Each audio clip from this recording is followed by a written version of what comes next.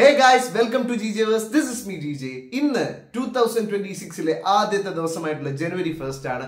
So എല്ലാവർക്കും ഒരു happy new year നേർന്നുകൊണ്ട് നമുക്ക് നേരെ വീഡിയോയിലേക്ക് പോകാം. ഇന്ന് ഞാൻ നിങ്ങളുടെ മുന്നിൽ വന്നിരിക്കുന്ന കഴിഞ്ഞ കൊല്ലത്തെ 2025 ഏറ്റവും എനിക്ക് ഇഷ്ടപ്പെട്ട ടോപ്പ് 10 പടങ്ങളുടെ ഒരു ലിസ്റ്റുമായിട്ടാണ്. ജസ്റ്റ് അതിൻ്റെ ഒരു കാര്യങ്ങൾ പറഞ്ഞു പോവാണ്. സോ നിങ്ങൾക്ക് നിങ്ങളുടെ ടോപ്പ് 10 ഒക്കെ കമന്റ് ബോക്സിൽ ഷെയർ ചെയ്യുകയൊക്കെ ചെയ്യാം. സോ നമുക്ക് എന്തായാലും ടൈം വേസ്റ്റ് ചെയ്യാതെ നേരെ വീഡിയോയിലേക്ക് പോകാം. So let's go to the top 10 movies of 2025. മലയാള സിനിമയ്ക്ക് വളരെ ഭയങ്കര എന്താ പറയുക സംഭവ ബഹുലമായ ഒരു വർഷമായിരുന്നു 2025. വിവാദങ്ങളും പിന്നെ ഒരുപാട് കളക്ഷൻസും അങ്ങനെ ഒരുപാട് സംഭവങ്ങൾ ഉണ്ടായ ഒരു വർഷമാണ് 2025. അതിലെ ടോപ്പ് 10 മൂവീസിലെ 10ാം സ്ഥാനത്തുള്ള മൂവിയാണ് ഞാൻ ഇനി പറയാൻ പോകുന്നത്. സോ 10th പൊസിഷൻ ഈസ് 10ാം സ്ഥാനത്ത് ഞാൻ പറയുന്നത് അല്ലെങ്കിൽ എനിക്ക് 10ാം സ്ഥാനത്ത് ഫീൽ ചെയ്ത് ടോപ്പ് 10 മൂവീസിൽ 10ാം സ്ഥാനം കൊടുക്കുന്നത് എംപുരാനാണ്. അതെ, തമോ ഗോളങ്ങളുടെ എംപുരാൻ എന്ന് പറഞ്ഞിട്ട് ഭയങ്കര ഗോളിലക്കം സൃഷ്ടിച്ചുകൊണ്ട് വന്നൊരു സിനിമയാണ്. ഭയങ്കര ബുക്കിങ്ങും കാര്യങ്ങളൊക്കെ ആയിരുന്നു. മുരളി ഗോപിയുടെ സ്ക്രിപ്റ്റിൽ പൃഥ്വിരാജിന്റെ ഡയറക്ഷനിൽ മോഹൻലാൽ, നമ്മുടെ മലയാളത്തിന്റെ മോഹൻലാൽ അടിപൊളിയായിട്ട് അഭിനയിച്ച ഒരു സിനിമയാണ് നമ്മുടെ എംപുരാൻ. ഒരുപാട് വിവാദങ്ങളും പ്രോബ്ലംസും ഒക്കെ ഈ സിനിമയ്ക്ക് ഉണ്ടായെങ്കിലും ഈ സിനിമ വളരെ നല്ല രീതിയിൽ മേക്ക് ചെയ്തിട്ടുള്ള ഒരു സിനിമയായിരുന്നു. അതിന്റെ ജേണർ എന്ന് പറയുന്ന ഒരു ഗാങ്സ്റ്റർ കൈൻഡ് ഓഫ് ഒരു പടമാണ്. ഒരു ഇല്ലൂമിനാറ്റി അങ്ങനത്തെ സംഭവങ്ങളൊക്കെ ടച്ച് ചെയ്ത് പോയ സിനിമ ഭയങ്കരമായിട്ട് ആ ഒരു സാധനത്തിനെ കറക്റ്റായിട്ട് എക്സ്പ്ലോർ ചെയ്തിട്ടുണ്ട്. പിന്നെ ഭയങ്കര രസമായിട്ട് അതിനെ മേക്ക് ചെയ്തിട്ടുണ്ട്. പക്ഷേ ആ ഒരു സ്ഥിരം ക്ലീഷേ കാര്യങ്ങളൊക്കെ വന്നപ്പോൾ പിന്നെ ലൂസിഫറിൽ അല്ലെങ്കിൽ എംപുരാനിലെ ഖുറേഷിയുടെ കഥയിൽ നിന്ന് മാറി നേരെ നമ്മുടെ സയ്യിദ് മസൂദിന്റെ കഥയിലേക്ക് പോയപ്പോഴൊക്കെ പാളിപ്പോയൊരു സിനിമയാണ്. എന്തായാലും എനിക്ക് പേഴ്സണലി കഴിഞ്ഞ കൊല്ലത്തെ ടോപ്പ് 10 മൂവീസിൽ 10ാം സ്ഥാനം കൊടുക്കാനായിട്ട് എനിക്ക് തോന്നുന്നത് എംപുരാനാണ്. സോ അതിൽ എനിക്ക് ഇഷ്ടപ്പെടാതെ പോയ കാര്യം എന്ന് പറഞ്ഞാൽ ദീപക് ദേവിന്റെ മ്യൂസിക്കും പിന്നെ പൃഥ്വിരാജിന്റെ ക്ലീഷേ കാര്യങ്ങളുണ്ടല്ലോ, ക്ലൈമാക്സ് ഫൈറ്റ് പോലത്തെ അത്തരത്തിലുള്ള ക്ലീഷേസ് ആണ് എനിക്ക് ഇഷ്ടപ്പെടാതെ പോയത്. ഇഷ്ടപ്പെട്ട കാര്യം എന്ന് പറഞ്ഞാൽ മോഹൻലാലിന്റെ ബ്രില്യൻ്റ് ആയിട്ടുള്ള ആക്ടിങ്, പിന്നെ സ്റ്റൈലിഷ് ആയിട്ടുള്ള പെർഫോമൻസ്, പിന്നെ ആ ഒരു ജംഗിൾ ഫൈറ്റ്, അതൊക്കെ ഭയങ്കര രീതിയിൽ എനിക്ക് ഭയങ്കരമായിട്ട് ഇഷ്ടപ്പെട്ടതാണ്. പിന്നെ ആ ക്രൗഡിനെയൊക്കെ വെച്ചിട്ട് മാസ് ബിൽഡ് ചെയ്യുന്ന കുറേ പരിപാടികളുണ്ടായിരുന്നു. അതൊക്കെ എനിക്ക് ഭയങ്കരമായിട്ട് വർക്ക് ആയിട്ടുള്ള ഒരു സിനിമയാണ് എംപുരാൻ.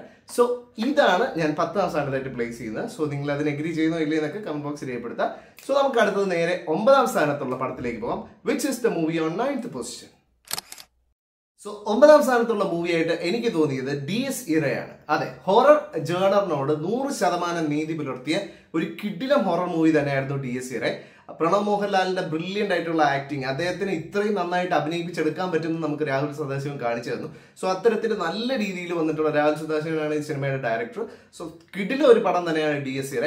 അത് OTT-യിലേക്ക് വന്നപ്പോൾ പലരും ട്രോൾ ചെയ്യെങ്കിലും ആക്ച്വലി തിയേറ്ററിൽ one of the top horror movies in Malayalam തന്നെയായിരുന്നു. ഭയങ്കരമായിട്ടുള്ള ഒരു തിയേറ്ററിക്കൽ എക്സ്പീരിയൻസ് ആയിരുന്നു. എസ്പെഷ്യലി അതിന്റെ ഇന്റർവെൽസ്, ബാക്ക്ഗ്രൗണ്ട് സ്കോർ, പിന്നെ അതിൻ്റെ അകത്ത് വന്നു പോകുന്ന ഗസ്റ്റ് റോളുകൾ, അതിന്റെ ഹൊറർ സീൻസ്, ജംപ് സ്കെയർ, അല്ലാതെ അതിലൊരു ഹോണ്ടിങ് എഫക്റ്റ്, അതിൽ വന്നു പോകുന്ന ആ ഒരു അമ്മച്ചി വരെ ഭയങ്കര ഇമ്പാക്ട് തന്നൊരു സിനിമയായിരുന്നു എനിക്ക് DS ഇറ. സോ എനിക്ക് പേഴ്സണലി 9ാം സ്ഥാനം കൊടുക്കാൻ തോന്നുന്നത്, കഴിഞ്ഞ കൊല്ലത്തെ സിനിമകളിൽ 9ാം സ്ഥാനം കൊടുക്കാൻ തോന്നുന്നത് ഹൊറർ ജേണറിനോട് ഒരു 100% നീതി പുലർത്തിയ ഒരു വണ്ടർഫുൾ ഹൊറർ മൂവി ആയിട്ടുള്ള DS ഇറയാണ്. രാഹുൽ സദാശിവനെ പോലുള്ള ഒരു ഡയറക്ടറിൽ നിന്ന് ഇനിയും അത്തരത്തിലുള്ള കിഡിലം ജംസ് ഓഫ് ഹൊറർ മൂവീസ് വരാനായിട്ട് ഞാൻ കാത്തിരിക്കുകയാണ്. സോ എന്തായാലും DS ഇറയാണ് നമ്മൾ 9ാം സ്ഥാനം കൊടുക്കുന്നത്. സോ നമുക്ക് നേരെ 8ാം സ്ഥാനത്തേക്ക് പോകാം. Which is the movie on 8th position. So 8th പൊസിഷനിൽ എനിക്ക് തോന്നിയ സിനിമ എന്ന് പറയുന്നത് തലവരയാണ്. അർജുൻ അശോകൻ നായകനായിട്ട് വന്നിട്ടുള്ള വളരെ ഡിഫറെന്റ് ആയിട്ട് വിറ്റ്ലിഗോ എന്ന് പറഞ്ഞൊരു അസുഖത്തിൽ ഉള്ള ഒരാള് ലൈഫിൽ ഫേസ് ചെയ്യുന്ന സ്ട്രഗിൾസും അതിനുശേഷം അത് അദ്ദേഹം ഓവർകം ചെയ്യുന്നതും ഒക്കെയാണ് ഈ സിനിമ പറഞ്ഞു പോകുന്ന കാര്യം. ഇതിൽ ഏറ്റവും എനിക്ക് ഇഷ്ടപ്പെട്ട ഒരു ഫാക്ടർ എന്ന് പറഞ്ഞു കഴിഞ്ഞാൽ, ഒരാൾ തകർന്നിരിക്കുമ്പോഴത്തേക്കും ഒരു ചെറിയ സപ്പോർട്ട് കൊടുത്താൽ മതി അയാൾക്ക് തിരിച്ച് കയറി വരാമെന്നുള്ള രീതിയിലുള്ള ഡിപ്രഷനും മറ്റും ഫേസ് ചെയ്യുന്ന അല്ലെങ്കിൽ ഇൻഫീരിയോറിറ്റി കോംപ്ലക്സ് കാരണം മനസ്സും അടുത്തിരിക്കുന്ന പലർക്കും ഇൻസ്പിറേഷൻ തരുന്ന ഒരു സിനിമയാണ് നമ്മുടെ തലവര. ഭയങ്കര എന്റർടൈനിങ് ആയിട്ട് പോകുന്ന ഈ സിനിമ അഖിൽ എന്ന് പറഞ്ഞ അദ്ദേഹമാണ് ഡയറക്ട് ചെയ്തിരിക്കുന്നത്. ഭയങ്കര എന്റർടൈനിങ് ആണ്. തമാശകള്, വിഷമം, സന്തോഷം, എല്ലാ ഇമോഷൻസും ടച്ച് ചെയ്ത് പോകുന്ന ഒരു സിനിമയാണ്. ഇതിൽ വളരെ മനോഹരമായ പാട്ടുകളുണ്ട്. പിന്നെ ഇതിന്റെ ക്ലൈമാക്സിനോട് എടുക്കുമ്പോഴത്തേക്ക് അർജുൻ അശോകന്റെ ബ്രില്യൻ്റ് ആയിട്ടുള്ള പെർഫോമൻസ് ഉണ്ട്. സോ എനിക്ക് പേഴ്സണലി ഇതാണ് 8ാം സ്ഥാനത്തായിട്ട് പ്ലേസ് ചെയ്യാനായിട്ട് തോന്നിയ സിനിമ. കാരണം ഭയങ്കര ഒരു ഫീൽ ഗുഡ് എന്ന് പറഞ്ഞു കഴിഞ്ഞാൽ ആ ഒരു പേരിനെ അന്വർത്ഥമാക്കുന്ന ഒരു സിനിമയായിരുന്നു. ആ ഒരു ജേണർ, അതായത് ഒരു ഇൻസ്പിറേഷൻ കൈൻഡ് ഓഫ് ഒരു മൂവി, അത് ആ പർട്ടിക്കുലർ ജേണറിനെ ടച്ച് ചെയ്ത് പോകുന്ന സൂപ്പറായിട്ടുള്ള എല്ലാ പ്രേക്ഷകരുടെയും മനസ്സിനെ ഒരു നിമിഷമെങ്കിലും ഒന്ന് നനയിക്കുന്ന രീതിയിൽ പോകുന്ന ഒരു സിനിമയായിരുന്നു നമ്മുടെ തലവര. സോ എനിക്കത് ഭയങ്കരമായിട്ട് ഇഷ്ടപ്പെട്ടു. സോ അതാണ് നമ്മൾ 8ാം സ്ഥാനത്തായിട്ട് പ്ലേസ് ചെയ്യുന്നത്. സോ നമ്മൾ 10ൽ എംപുരാനായി, 9ൽ DS ഇറയായി, 8ൽ തലവരയായി. സോ നമുക്കിനി 7th പൊസിഷനിലേക്ക് നോക്കാം. ഏതാണ് 7ാം സ്ഥാനത്തുള്ള മൂവി? സോ 7ാം സ്ഥാനത്തായിട്ട് എനിക്ക് ഫീൽ ചെയ്ത മൂവി കളങ്കാവലാണ്. മമ്മൂക്കയും വിനായകനും രണ്ടുപേരും മത്സരിച്ച് അഭിനയിച്ച ഒരു മൂവിയാണ് കളങ്കാവൽ. ശരിക്കും പറഞ്ഞാൽ ഈ സിനിമയുടെ സ്റ്റോറിയും മേക്കിങ്ങും എല്ലാം വളരെ ക്ലീഷയാണ്, അല്ലെങ്കിൽ വളരെ നോർമൽ ആയിട്ടുള്ള ഒരു പരിപാടിയാണെങ്കിലും മമ്മൂട്ടിയുടെ ഇതിലെ വില്ലൻ വേഷവും വിനായകന്റെ നായകൻ വേഷവും ആ ഒരു വെറൈറ്റി കൊണ്ട് ഭയങ്കര ഇമ്പാക്ട് ഉണ്ടാക്കിയ ഒരു സിനിമയാണ് ഇത്. എസ്പെഷ്യലി മമ്മൂട്ടിയുടെ ആ ഒരു വില്ലൻ വേഷം, അദ്ദേഹം ആ ക്യാരക്ടറിനെ പ്ലേ ചെയ്തിരിക്കുന്ന രീതി എന്ന് പറഞ്ഞാൽ തനതൊരു തിരുവനന്തപുരം സൈഡിൽ നിന്ന് വരുന്ന ഒരു കൈൻഡ് ഓഫ് ക്യാരക്ടറിന്റെ സ്റ്റൈലാണ്. പക്ഷേ രാജമാണിക്യത്തിൽ നിന്ന് വ്യത്യസ്തമായിട്ടാണ് പ്ലേ ചെയ്തിരിക്കുന്നത്. എന്നാൽ ഭയങ്കര അധികം എന്റർടൈനിങ് ആയിട്ട് ഭയങ്കര നമ്മൾ പിടിച്ചെടുത്തുന്ന രീതിയിൽ, അല്ലെങ്കിൽ മനസ്സിനെ അങ്ങോട്ട് അലട്ടുന്ന രീതിയിലുള്ള ഒരു പെർഫോമൻസ് ആണ് മമ്മൂട്ടിയുടെ ഭാഗത്തു നിന്നുണ്ടായത്. സോ ആ ഒരു സിനിമ എനിക്ക് മനസ്സിൽ നിന്ന് ഒരിക്കലും മായ്ച്ചു കളയാൻ കഴിയാത്ത രീതിയിലാണ് ആ ഒരു ക്യാരക്ടറിനെ പ്ലേ ചെയ്തിരിക്കുന്ന ആ ഒരു സിനിമയും. സിനിമയുടെ ക്ലൈമാക്സിനെ കുറിച്ച് മറ്റും പലരും പല കൈൻഡ് ഓഫ് അഭിപ്രായങ്ങളുണ്ടെങ്കിലും നമ്മൾ ആസ് എ ഹോൾ നോക്കുമ്പോഴത്തേക്കും മമ്മൂട്ടിയുടെ ഒരു ബ്രില്യൻ പെർഫോമൻസ് കാണാനായിട്ട് ആ ഒരു സിനിമയ്ക്ക് നമുക്ക് ടിക്കറ്റ് എടുക്കാം. കാരണം അത്രയ്ക്ക് അടിപൊളി ഒരു സിനിമയായിട്ടാണ് എനിക്ക് ഫീൽ ചെയ്തത്. സോ ആ ഒരു സിനിമയാണ് എനിക്ക് 7ാം സ്ഥാനത്തായിട്ട് പ്ലേസ് ചെയ്യാനായിട്ട് തോന്നി. കഴിഞ്ഞ കൊല്ലം ഇറങ്ങിയതിൽ 7ാം സ്ഥാനം ഉറപ്പായിട്ട് കളങ്കാവൽ അർഹിക്കുന്നുണ്ട്. ഭയങ്കര ഒരു കിടിലം പെർഫോമൻസ് ഉള്ള മൂവിയാണ്. നിങ്ങൾ ആരും കണ്ടിട്ടില്ലെങ്കിൽ മമ്മൂട്ടിയുടെ ബ്രില്യന്റ് ആക്ടിംഗ് കാണാനായിട്ട് നിങ്ങൾ ഉറപ്പായിട്ട് അത് OTT-ലെങ്കിലും കണ്ടുവെക്കുക. സോ നമുക്ക് നേരെ 6ാം സ്ഥാനത്തിലേക്ക് മൂവ് ഓൺ ചെയ്യാം. So let's go to the 6th position. ഏതായിരിക്കും 6ാം സ്ഥാനത്തെ മൂവി? 6ാം സ്ഥാനമായിട്ട് എനിക്ക് തോന്നിയ മൂവി സർവ്വമായയാണ്. വളരെ ലേറ്റ് ആയിട്ടാണ് ഞാൻ ഈ സിനിമ കണ്ടത്. സോ എനിക്ക് ഇതിന്റെ റിവ്യൂ ഇടാൻ പറ്റിയില്ല. ബട്ട് എനിക്ക് ഭയങ്കരമായിട്ട് ഇഷ്ടപ്പെട്ട ഒരു സിനിമയാണ്. അതുകൊണ്ടാണ് ഞാൻ ഇതിന് 6ാം സ്ഥാനം കൊടുക്കുന്നത്. കാരണം സർവ്വമായ എന്ന് പറഞ്ഞ സിനിമ സാധാരണ രീതിയിലുള്ള ഫീൽ ഗുഡ് പടങ്ങളിൽ നിന്ന് കുറച്ച് വ്യത്യസ്തമായിട്ട് ഒരു ഹൊറർ എലമെന്റും കൂടെ മിക്സ് ചെയ്ത് വരുന്ന ഒരു സിനിമയാണ്. പിന്നെ നിവിൻ പോളി, അജു വർഗീസ് കുറച്ചേ ഉള്ളൂവെങ്കിൽ ആ ഒരു കോംബോ നമുക്ക് കാണാൻ പറ്റി. നിവിന്റെ പഴയ ചാമ കാര്യങ്ങളൊക്കെ. സോ അദ്ദേഹത്തിന് ഒരു തിരിച്ചുവരവ് കിട്ടിയ ഒരു സിനിമയാണ് നമ്മുടെ സർവ്വമായ. എനിക്ക് ഭയങ്കരമായിട്ട് എന്റർടൈനിങ് ആയിട്ട് പോയൊരു സിനിമയാണ്. ഭയങ്കര ഒരു സംഭവം ഒന്നുമില്ല, പക്ഷെ ആ ഒരു ജേണർ, ആ ഒരു feel good horror kind of മൂവിയുടെ ആ ഒരു ജേണറിനെ നമ്മളെ ഭയങ്കരമായിട്ട് അതിനെ ജസ്റ്റിഫൈ ചെയ്ത് പോകുന്നത്. നിവിൻ പോളിയുടെ അടിപൊളി പെർഫോമൻസ് കാണാൻ പറ്റുന്ന ഒരു സിനിമയാണ്. മനസ്സിനെ ഇങ്ങനെ ടച്ച് ചെയ്ത് നമുക്ക് ഭയങ്കര ഒരു ഫീൽ ഗുഡ്, ഒരു ഭയങ്കര സമാധാനം കിട്ടുന്ന ഒരു സിനിമ ഉണ്ട്. അത്തരത്തിലുള്ളൊരു സിനിമയായിരുന്നു സർവ്വമായ. സോ അതാണ് ഞാൻ 6th പൊസിഷനിലായിട്ട് പ്ലേസ് ചെയ്യുന്നത്. സോ സർവ്വമായ നിങ്ങൾ ആരും കണ്ടിട്ടില്ലെങ്കിൽ ഇപ്പോഴും തിയേറ്ററിൽ റണ്ണിങ് ആണ്. സോ നിങ്ങൾ എന്തായാലും കണ്ടു നോക്കുക. നിങ്ങൾക്ക് ഉറപ്പായിട്ട് ഇഷ്ടപ്പെടും. എസ്പെഷ്യലി ഫാമിലീസിനൊക്കെ ഒരുപാട് ഇഷ്ടപ്പെടുന്ന, ജെൻസി കിഡ്സിനൊക്കെ ഇഷ്ടപ്പെടുന്ന കൈൻഡ് ഓഫ് ഒരു മൂവിയാണ്. സോ നമുക്ക് നേരെ 5th പൊസിഷനിലേക്ക് പോകാം. ഏതായിരിക്കും 5ാം സ്ഥാനത്തെ മൂവി? സോ 5ാം സ്ഥാനത്തായിട്ട് ഞാൻ പ്ലേസ് ചെയ്യാൻ ആഗ്രഹിക്കുന്ന മൂവി ഓഫീസർ ഓൺ ഡ്യൂട്ടി ആണ്.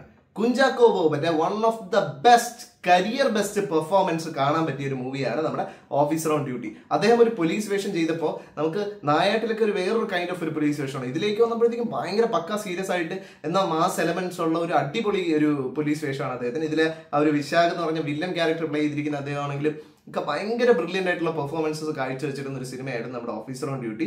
കുറെ നാളിന് ശേഷം നമുക്ക് ഭയങ്കര എൻഗേജിംഗ് ആയിട്ട് പോയ ത്രില്ലർ ആയിരുന്നു ഈ ഒരു സിനിമ. ഭയങ്കര ഒരു ത്രില്ലിംഗ് എക്സ്പീരിയൻസ് ആയിരുന്നു.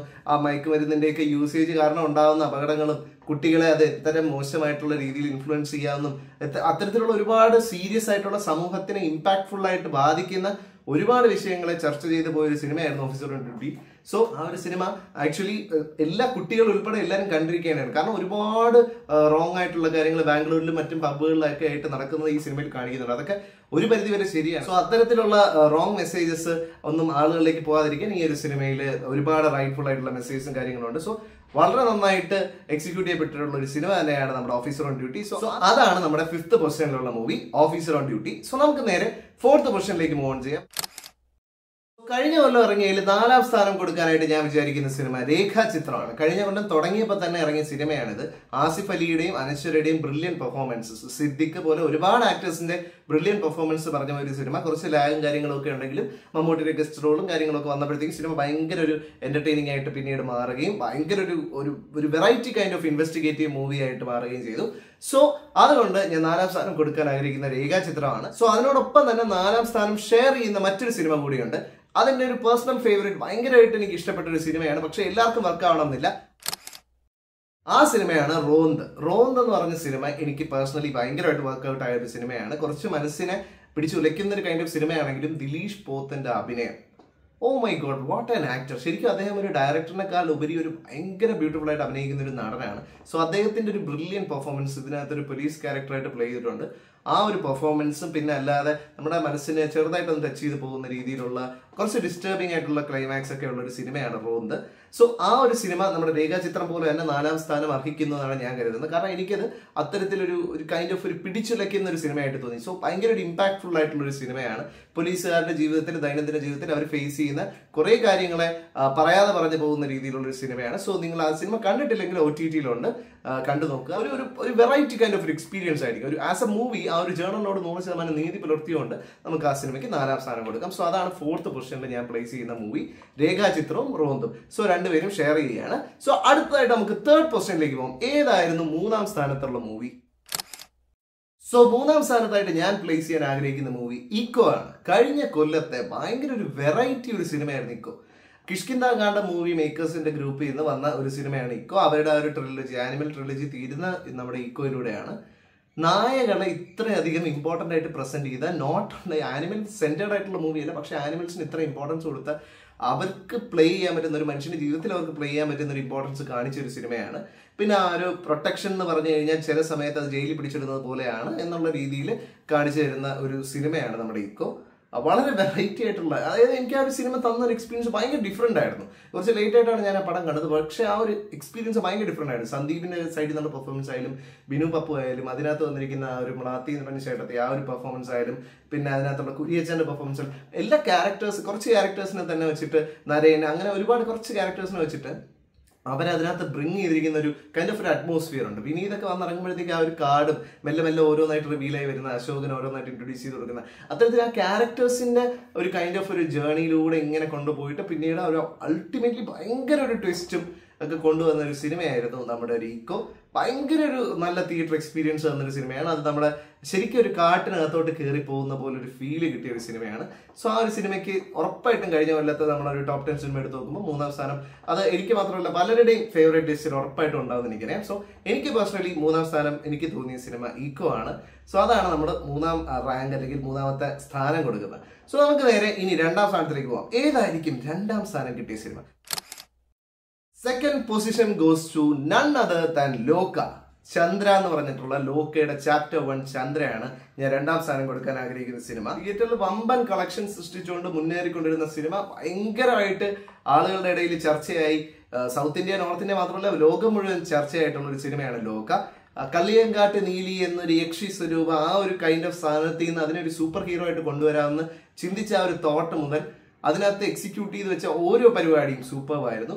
പേഴ്സണലി എനിക്ക് അതിന്റെ ക്ലൈമാക്സിനോട് യോജിക്കാൻ സാധിച്ചില്ലെങ്കിലും സിനിമ മൊത്തത്തിൽ എനിക്ക് തന്ന എക്സ്പീരിയൻസ് വേറെ ലെവലായിരുന്നു.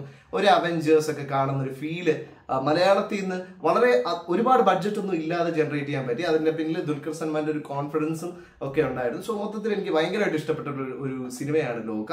നിങ്ങൾക്കും ഒരുപാട് പേർക്ക് അത് തിയേറ്ററിൽ ഭയങ്കരമായിട്ട് വർക്ക്ഔട്ട് ആയിട്ടുണ്ടാവും. OTT വരുമ്പോഴത്തേക്കും സ്വാഭാവികമായിട്ടും എല്ലാ സിനിമയ്ക്കും ഹേറ്റ് വരും. പക്ഷെ തിയേറ്ററിൽ ഭയങ്കര ഇമ്പാക്ട് സൃഷ്ടിച്ച ഒരു സൂപ്പർ ഹീറോ കൈൻഡ് ഓഫ് സാധനം കൊണ്ടുവന്ന, ഇനിയും ഒരു യൂണിവേഴ്സ് തന്നെ സ്റ്റാർട്ട് ചെയ്യാനായിട്ട് തുറന്നിട്ടിട്ടുള്ള ഒരു സിനിമയാണ് നമ്മുടെ ലോക ചാപ്റ്റർ 1 ചന്ദ്ര. സോ ആ സിനിമയ്ക്കാണ് ഞാൻ 2ാം സ്ഥാനം കൊടുക്കുന്നത്. കാരണം മ്യൂസിക് വൈസ് ആണെങ്കിലും എന്ത് വൈസ് ആണെങ്കിലും ആ സിനിമ ടോപ്പ് നോച്ച് ആയിട്ടാണ് നിൽക്കുന്നത്. നസ്ലിൻ, നമ്മുടെ കല്യാണി പ്രിയദർശൻ മുതലായിട്ടുള്ള ഒരുപാട് ആക്ടേഴ്സ്, ടോവിനോ തോമസ്, ദുൽഖർ, എല്ലാവരുടെയും പെർഫോമൻസ് ടോപ്പ് നോച്ച് ആയിരുന്നു. സോ അതാണ് നമ്മുടെ ലോക. ഇനി മൊത്തം വരാനിരിക്കുന്നുണ്ട്, അത് നമുക്ക് എങ്ങനെയാണെന്നൊക്കെ അറിയാം. സോ എന്തായാലും ലോകയാണ് ഞാൻ 2ാം സ്ഥാനം കൊടുക്കുന്നത്. സോ നമുക്ക് ഇനി 1ാം സ്ഥാനം, ഇത്രയും നേരം നമ്മൾ കാത്തിരുന്ന ആ ഒരു 1ാം സ്ഥാനത്തിന് വേണ്ടിയാണ്. ഏതായിരിക്കും നമ്മൾ 1ാം സ്ഥാനം കൊടുക്കാൻ പോകുന്ന സിനിമ? എനി ഗെസസ്? സോ എന്നാലും നമുക്ക് നേരെ പോകാം. Which is the movie that deserves the first position in 2025? 2025 ഏറ്റവും മികച്ച സിനിമ ഏതാണ്? എന്റെ പേഴ്സണൽ ഒപ്പീനിയൻ ആണ്. ഏറ്റവും മികച്ച സിനിമ ഏതാണ്? Let's see. 1ാം സ്ഥാനം നേടുന്ന സിനിമ എന്ന് പറഞ്ഞാൽ നൺ അതർ ദാൻ തുടരും. ചെമ്പഴുക്ക കട്ടെടുത്ത് തന്നെ എന്ന് പറഞ്ഞ് തുടങ്ങി വളരെ സിമ്പിളായിട്ട് തുടങ്ങിയ ഒരു സിനിമ പിന്നീട് ചെന്നെത്തി നിന്നത് കാടേറും കൊമ്പ ആ ഒരു സാധനത്തിലാണ് ചെന്ന് നിന്നത്. അപ്പൊ ഒന്ന് ആലോചിച്ച് നോക്കി, വളരെ എല്ലാതരം ഇമോഷൻസിനെയും കണക്ട് ചെയ്ത് പോയ, അതായത് ഭയങ്കര ഒരു എർത്തിലായിട്ട്, ഭയങ്കര ഒരു ഡൗൺ ടു എർത്ത് ആയിട്ടുള്ള ഒരു മാനായിട്ടാണ് മോഹൻലാൽ ഇതിനകത്ത് അഭിനയിച്ചിരിക്കുന്നത്. ആ ഒരു ക്യാരക്ടറിൽ നിന്ന് പിന്നീട് അത് ഗ്രോ ചെയ്ത് വേറെ ലെവലായിട്ടുള്ള ഒരു ക്യാരക്ടറായി മാറുകയും, പിന്നെ അതിൽ തന്നെ നമുക്ക് മലയാള സിനിമയ്ക്ക് ഒരു കിടിലം ഒരു ആക്ടറിനെ നമുക്ക് കിട്ടിയിട്ടുണ്ട്, ജോർജ് സാറായിട്ടുള്ള പ്രകാശ് വർമ്മ. അങ്ങനെ ഒരുപാട് ഇമ്പോർട്ടൻസ് ഉള്ള ഒരു സിനിമയായിരുന്നു നമ്മുടെ തുടരും എന്ന് പറഞ്ഞ സിനിമ. 2025 ഏറ്റവും മികച്ച സിനിമയായിട്ട് എനിക്ക് തോന്നിയത് തുടരുമാണ്. തിയേറ്ററിക്കൽ എക്സ്പീരിയൻസ് എന്ന് പറഞ്ഞു കഴിഞ്ഞാൽ എല്ലാത്തരം ഇമോഷൻസ്, സന്തോഷം, തമാശ, വിഷമം, മാസ്, അടി, ഇടി, ദേഷ്യം, എല്ലാ ഇമോഷൻസിനെയും അതിന്റെ 100% ആക്യുറസിയോടുകൂടി എല്ലാ ആളുകളിലേക്ക് എത്തുന്ന രീതിയിൽ തിയേറ്ററുകളിലേക്ക് സോ കോൾഡ് സ്ലീപ്പർ സെൽസ് പീപ്പിളിനെ എല്ലാം തിരിച്ചെത്തിച്ച ഒരു സിനിമയാണ് നമ്മുടെ തുടരും. സോ എനിക്ക് പേഴ്സണലി 2025 ഏറ്റവും ഇഷ്ടപ്പെട്ട സിനിമ തുടരുമാണ്. സോ ഇതാണ് നമ്മുടെ ടോപ്പ് 10 ലിസ്റ്റ്. സോ നിങ്ങൾക്ക് ഈ ഒരു ടോപ്പ് 10 ലിസ്റ്റുമായിട്ട് എഗ്രി ചെയ്യാൻ പറ്റുമോ ഇല്ലെന്ന് എനിക്കറിയില്ല. എനിക്ക് പേഴ്സണലി ഇതാണ് ഒരു ടോപ്പ് 10 ആയിട്ട് ഫീൽ ചെയ്തത്. സോ നിങ്ങൾക്ക് ഈ വീഡിയോ ഇഷ്ടപ്പെട്ടിട്ടുണ്ടെങ്കിൽ ലൈക്ക് ചെയ്യുക, ഫ്രണ്ട്സിനും ഫാമിലിക്കും എല്ലാവർക്കും ഷെയർ ചെയ്ത് കൊടുക്കുക. നിങ്ങളുടെ അഭിപ്രായങ്ങൾ കമന്റ് ബോക്സിൽ രേഖപ്പെടുത്തുക. നിങ്ങളുടെ ടോപ്പ് 10 ഒക്കെ ഷെയർ ചെയ്യുക. നിങ്ങൾക്ക് എതിർപ്പുണ്ടെങ്കിൽ അത് രേഖപ്പെടുത്താം. GJVers എന്ന് പറഞ്ഞ എൻ്റെ ചാനൽ സബ്സ്ക്രൈബ് ചെയ്യുക. ബെൽ ബട്ടൺ കൂടി എനേബിൾ ചെയ്ത് കഴിഞ്ഞാൽ ഞാൻ അപ്ലോഡ് ചെയ്യുന്ന വീഡിയോസിന്റെ നോട്ടിഫിക്കേഷൻസ് നിങ്ങൾക്ക് അപ്പം കിട്ടുന്നതായിരിക്കും. അപ്പോൾ മറ്റൊരു വീഡിയോ കാണാം. അതുവരെയും it's me signing off. Once again happy new year. By.